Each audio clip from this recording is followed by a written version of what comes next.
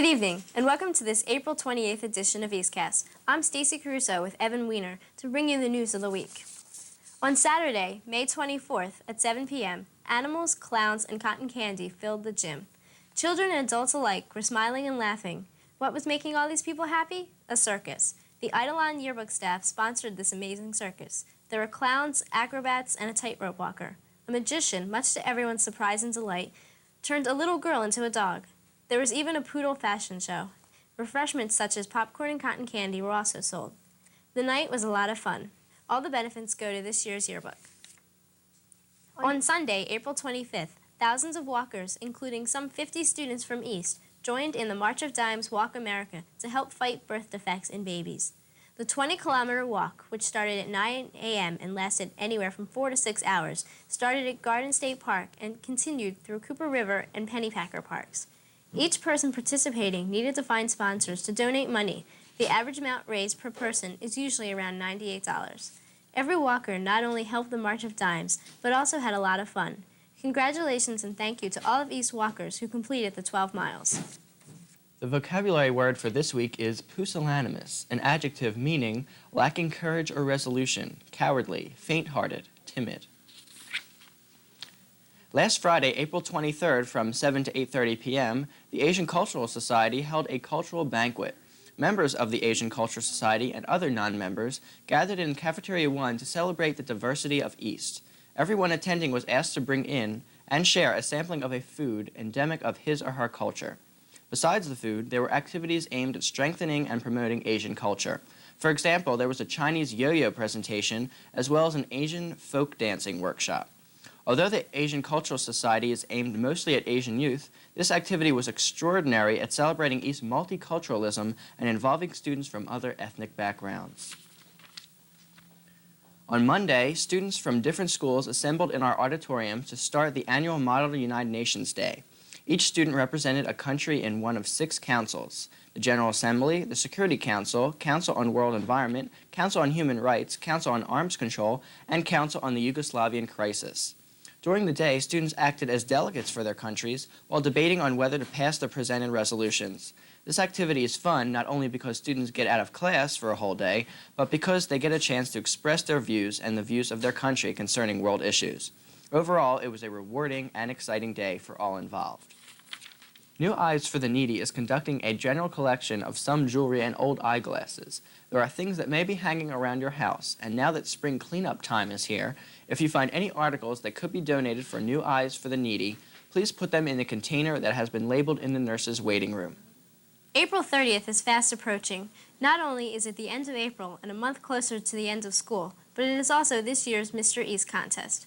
Mr. East is a male beauty pageant in which selected senior class guys are judged in such categories as talent, dance, and swimsuit.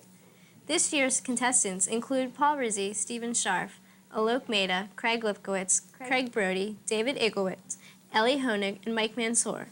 Mr. East will receive a free pair of prom tickets, while the first runner-up receives a free tuxedo rental. The chairpeople Nicole Weinberg, Marissa Rothman, and Lauren Bell guaranteed this night will be a lot of fun. The contest will be held this Friday, April 30th at 7:30 p.m. Come out and support the senior class's most interesting guys. April 19th through the 23rd, Cherry Hill East celebrated School Library Week. On Wednesday, April 21st, the Great American Read Aloud occurred. All day in the auditorium, various celebrities read some of their favorite works and discussed ways in which libraries change lives. Some of the readers included Brenda Jarrett from KYW Radio and Jean Hart, the voice of the Flyers. On Thursday the 22nd, poet Michael Weaver from the Geraldine Dodge Foundation presented some of his poetry to eager students in the library from his new book, My Father's Geography. He also conducted a small workshop for serious writers. Friday, the East staff was invited to a reception to celebrate the last day of School Library Week. It was an enriching experience for all who attended. This past Saturday morning on Wraparound with Yuki Washington, 2 East students, Steve St-Pierre and Greg Callis, appeared representing Friends of the Environment. They spoke about the walkout of 1990 over the use of non-recyclable materials and also focused on why we should be interested about the environment today. This year's annual Spring Blood Drive is taking place this week on April 27th, 28th, and 29th in the Dance Gym. Blood Drive chairpeople are asking everyone who will be 17 years of age on or before April 29th to sign up to give blood. The blood donated will go to help those in need of blood transfusions, cancer, and surgery patients. The Red Cross assures us that there is a 100% guarantee that a donor cannot get AIDS or any other disease by donating. Also, donors only give about a pint. Therefore, the actual blood donation only takes about 7 minutes. If you are an athlete who must practice after school, schedule your donation during the beginning periods of the day because you should not engage in strenuous activity for about 5 hours after donating. Once again, the blood drive chair people, the Red Cross, surgery patients, and cancer patients are begging you to please give blood this week. Wouldn't it be a really great feeling to know you have given someone in need of blood a gift of life? Last Sunday, East Boys basketball team held the annual awards banquet. The purpose is to award worthy players on all levels and also members of the cheerleading squad. Individual awards were given for Most Improved Player, High Scorer, Best Defensive Player, and Most Valuable Player. John Brand was honored as Most Valuable Player. Once again, Coach Valori's work culminated with a great affair. And now over to Mike Kravitz for this week's sports news. Mike? Thank you very much, Evan. In softball, East crushed Camden 20-6. Joanna Brandt was the winning pitcher, and Diane Croft and Jen Anson each hit a home run. Tracy Goldberg was the winning pitcher as East beat Eastern 6-5, with an assist from Diane Croft's triple. In tennis, East won the Moorestown Classic. They drew a bye in the first round because they were the number 1 seed. In the semifinals, they beat Triton 7-0. And in the finals, they also beat Moorestown 7-0. This has been Mike Kravitz. Back to you, Evan. Sun, water, Mickey, and East. What do these things have in common? The class of 1994 senior trip. Yes, there will be a senior class trip next February for the class of 1994. We remind the juniors that the initial deposit of $100 is due by May 15th. That's it for the news tonight. Special thanks to Mr. Gordon Hampson, cameraman and editor, and to Mr. Keith Haynes, advisor. Thank you for joining Stacy Caruso and Mike Kravitz and me, Evan Weiner.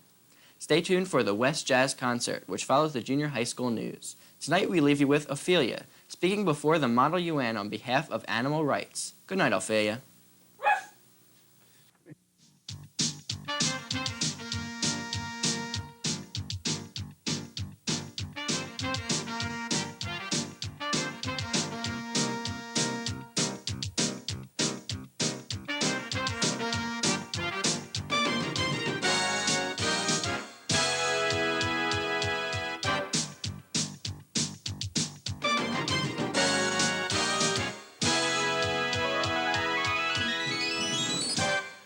Good evening and welcome to the West Report. I'm Lindsay Melson. And I'm Adrienne Gum.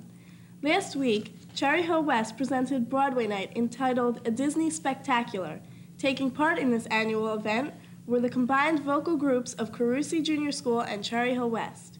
Mrs. Christine Bass directed the performances on Thursday, Friday, and Saturday nights.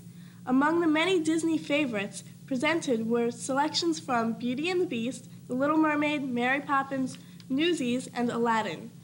A highlight of the performance was student choreographed dances. Congratulations to everyone involved in Broadway night. And now here's Lindsay with an interview with West's choral music director, Miss Bass. Welcome, Ms. Bass, to the West Report. Congratulations on a successful Broadway night. Thank you. How did you decide on Disney as the theme for this year's Broadway night?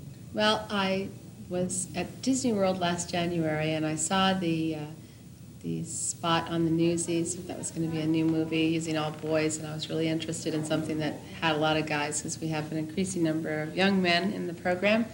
And also I knew that they were coming out with Aladdin. I knew that Beauty and the Beast had just come out, so there were a lot of really good songs that were fresh and new, as well as the wealth of Disney songs that everybody knows that have been around for years. So it was really because of the new movies added on that I chose to do Disney. How long have you been preparing with all of your chorus groups? Well, the choir started learning some of the music back in January, and we learned it in conjunction with learning our spring concert music at the same time. But we didn't work on any of the choreography or anything like that until after the musical. So that only left us with about 3 weeks, 2.5 weeks, and we had Easter break in between there. And so it was kind of crunchy at the end trying to get it all prepared. With such a great number of people who tried out for solos, how did you choose your soloists and the pieces for them? It was really hard this year. That was the hardest thing. We had 70 kids audition for solos, and there was about maybe 20 slots for specialties. And so I tried to increase the number of solos, first of all, by adding some additional pieces. And secondly, I just looked for people who had the right style of voice for that particular solo. Maybe they have a bigger voice and it would be better for something more classical. I would pick the person who had more of a Disney sound for that voice. So a lot of the younger voices got a chance to do solos this year because their voices fit with the music better. And then for the character roles like LeFou and things like that, I just looked for characters and I found plenty of those. People seem to really enjoy Broadway night this year, and you're sold out Friday night and Saturday night. Are you planning on having another Broadway night next year? Yes, I think we're going to continue the tradition, and we'll have one next year. I don't know what the theme will be or anything like that, but each year it seems to get stronger and stronger and becomes more of an event. So we're really excited about the fact that we had such great crowds this year. Well, thank you for joining us, and good luck with the music groups in the future. Thank you. Now back to you, Adrian. Secretaries Week was last week and culminated on Secretaries Day, April 21st. On this day, all of West's secretaries were honored with a lovely luncheon in the faculty library. Italian food and salads were served to the secretaries and their bosses. Each secretary was also given a corsage which matched her outfit. How SGO knew what colors each secretary was wearing remains a mystery. Overwhelmed with all the flowers and presents, Mrs. Aiken summed up the sentiments of all the secretaries we interviewed by declaring this Secretary's Day as being the best in all her years as a secretary.